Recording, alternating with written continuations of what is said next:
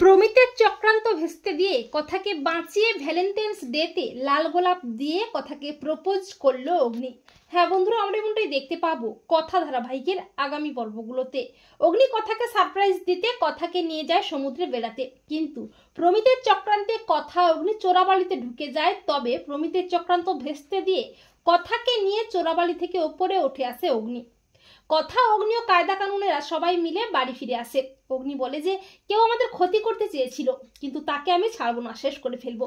আর কথারও খুব ভয় করতে থাকে। এরপর কায়দা কানুনেরা অগ্নিকে বলে যে সামনেই তো ভ্যালেন্টাইন্স ডে, কথাকে কোনো সারপ্রাইজ দিবি না? তখন অগ্নি বলে হ্যাঁ, এই ভ্যালেন্টাইন্স ডেতে কথাকে সারপ্রাইজ দেব, ওর মন ভালো করে দেব। এই বলে অগ্নি কথাকে সারপ্রাইজ দেওয়ার জন্য সুন্দর করে আয়োজন করে। এরপর আসে ভ্যালেন্টাইন্স ডে। কথা মনে মনে ভাবে আজকের দিনে তো ভালোবাসার মানুষটাকে মনের কথা জানাতে হয়, কিন্তু পাচক মশাই কি ভালোবেসে আমাকে কাছে টেনে নেবে? কথা যখন বসে বসে এইসব কথা ভাবছে, ঠিক তখনই অগ্নি এক গোছা লাল গোলাপ দিয়ে বলে কথা আই লাভ ইউ, কথা আই লাভ ইউ, আমি তোকে খুব ভালোবাসি কথা।